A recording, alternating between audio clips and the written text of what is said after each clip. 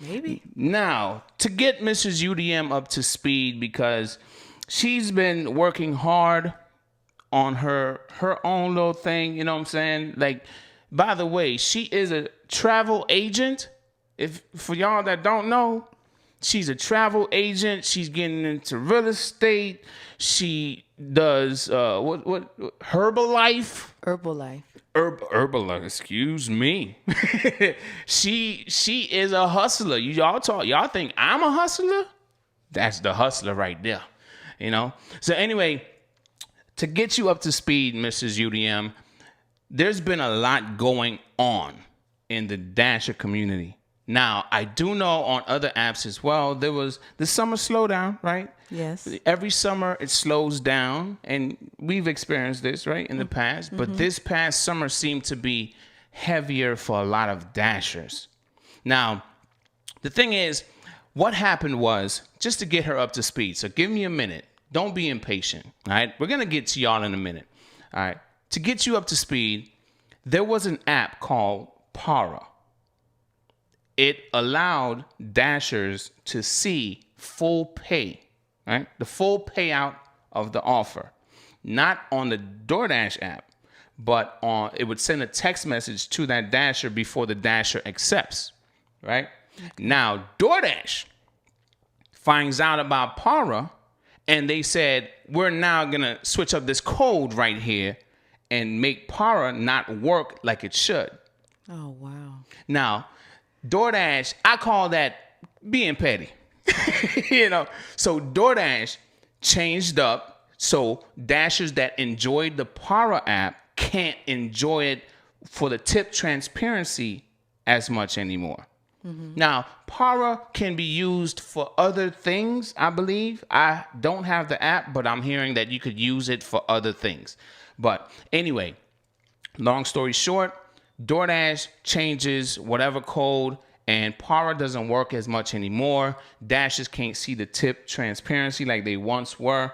There's a lot of frustrations. Content creators decided that, hey, I'm done with DoorDash because I can't take all this crap that's going on without the Para app. People really relied on the Para app. Okay? Now, you following me? Yes. I know I just said a lot. Okay. So, to fast forward, after DoorDash changes up the code, disrupts the flow of the Para app, Dashers are upset about Para not working. DoorDash then changes their base pay in almost every market. I don't know if every market experienced it right now. I don't know what the heck that is, but DoorDash, they changed the base pay from like people were receiving a minimum base pay of like $3, then it dropped down to like $2.50, $2.25. Some people are seeing $2 base pays. Wow. All right. So since Para stopped working and then DoorDash changes the base pay, I believe that sparked a strike. Right. So this is now Dashers going back at DoorDash like, Arr. You know what I'm saying? So they're going to be petty too, huh? Well, I guess, hey, tit for tat, right? Yeah. All right. So this is what has been taking place. And a lot of Dashers are angry. Even on July 31st, we went to Disney with the kids. Right? But on July 31st was the big day, and there was like some Dashers that chose to work, some Dashers that chose not to work, and you know, everyone has their opinions. There were even like threats, man. Someone said to I'm not gonna call any names, but someone said to someone that I know that if they work, they're gonna slash their tires. Wow. They said in the comments, but it was like, damn. You know? That's deep. It's deep.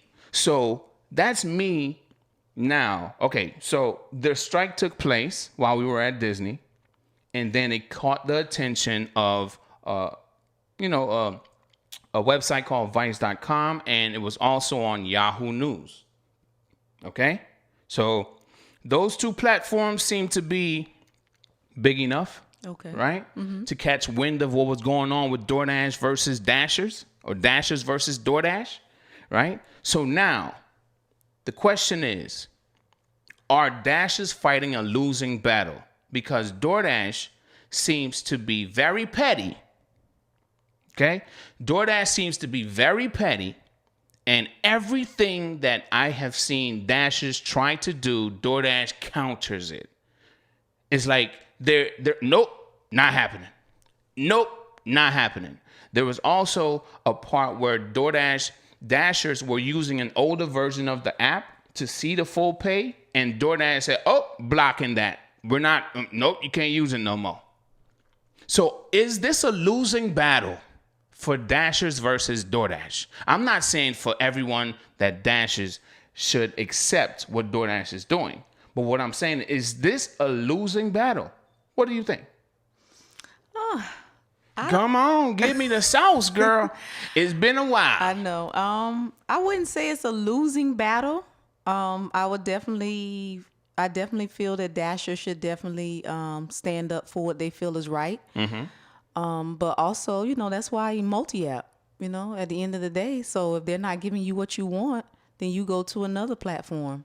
But there are some Dashers that say, I don't want to have to multi-app. I only want to do DoorDash. Yeah, and unfortunately, that's where they get you at, because they feel like they have you locked in, and because you're stuck on that one particular app. But you got to remember, you're an independent contractor, so you can work for whoever you want to. Don't be tied down to one single company. Okay, the other argument is this. Okay. The other argument is this. The other companies suck worse than DoorDash in the area. Now, I have put out videos saying that there's other types of apps, but a lot of people I want to say, they love food delivery. It's a simple process. They get a notification or they see an offer come up. They accept or decline it. They go pick it up. Then they go drop it off. It's very simple. All right. So people are loving the food delivery aspect of things. Yeah. There are the Amazon flexes. Don't hurt me for bringing them up. Yeah. The Amazon flexes, some people in certain markets, they enjoy working Amazon flex versus food delivery. All right. And amongst other apps in different markets. But, the whole thing is, it's like, it just feels like every step they take forward, Dashers, right? Every step they take forward, we take forward, it is like DoorDash is fighting us, and they have the money, they have all this stuff to fight us. So the fact that the Power app isn't working anymore as of right now with the tip transparency, they also received the cease and desist, right, from DoorDash. The details of that, I don't know, but it's like, what's next? There's Dashers that don't want to move on from DoorDash because there's apps that don't work better than DoorDash in their market. What you got to say? Well, what I have to say to that is, if you choose to be complacent and stay with one person, then you can't really complain about it, because there's several apps out here that you could do multiple things. I think you just have to open your mind, and especially if you're doing this full time. It's about making your money.